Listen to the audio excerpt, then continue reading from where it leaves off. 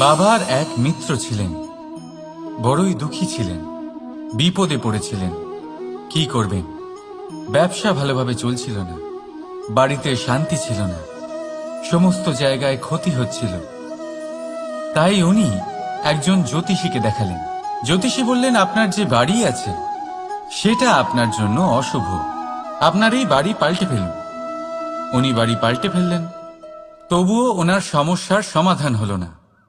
তারপর একজন জ্ঞানী ব্যক্তি ওনাকে বললেন যে আপনার জামা কাপড়ের যে রং সেটা বিপদকে আমন্ত্রণ জানাচ্ছে, এই জামা কাপড়গুলিকে পাল্টে ফেলুন। উনি সেগুলো পাল্টে ফেললেন, তাও সমস্যার সমাধান হলো না। আবার একজন জ্ঞানী ব্যক্তি বললেন যে আপনার আশেপাশে যে মানুষজন রয়েছে তারা এটা চায় না যে আপনি সফল হন, তারা আপনার ক্ষতি চায়, তাদের সাথে সমস্ত সম্পর্ক ভেঙে ফেলুন। তো উনি সম্পর্ক ভেঙে ফেললেন, কিন্তু তাতেও ওনার জীবনে কোনো পরিবর্তন এলো না। তার মানে তিনি বাড়ি পাল্টালেন, জামা কাপড় পাল্টালেন, সম্পর্ক পাল্টালেন, যেটা পাল্টালেন না তা হলো স্বভাব। এই যে স্বভাব, এটা অত্যন্ত গুরুত্বপূর্ণ। এই স্বভাবই আপনার ব্যক্তিত্ব তৈরি করে। তাই নিজের স্বভাব শুধরে ফেলুন, তাতে ভালো পরিবর্তন আনুন, সবকিছু ভালোই হবে। রাধা রাধা। ক্রোধ, লোকে বলে যে এই ক্রোধ পাপেরই মূল, কিন্তু সত্যি কি এই ক্রোধ পাপের মূল?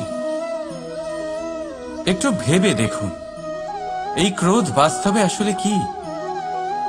এই ক্রোধ একটা অনুভূতি যা আপনার মধ্যে হঠাৎই অসীমিত তেজ সঞ্চালন করে।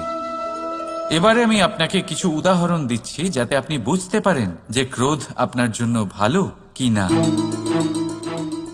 যদি কারোর সাথে অন্যায় হয় আর এটা দেখে আপনার ক্রোধ হয়, আর এই ক্রোধ আপনাকে তার সাহায্য করতে প্রেরণা যোগায়, তাহলে এই ক্রোধ অবশ্যই ভালো।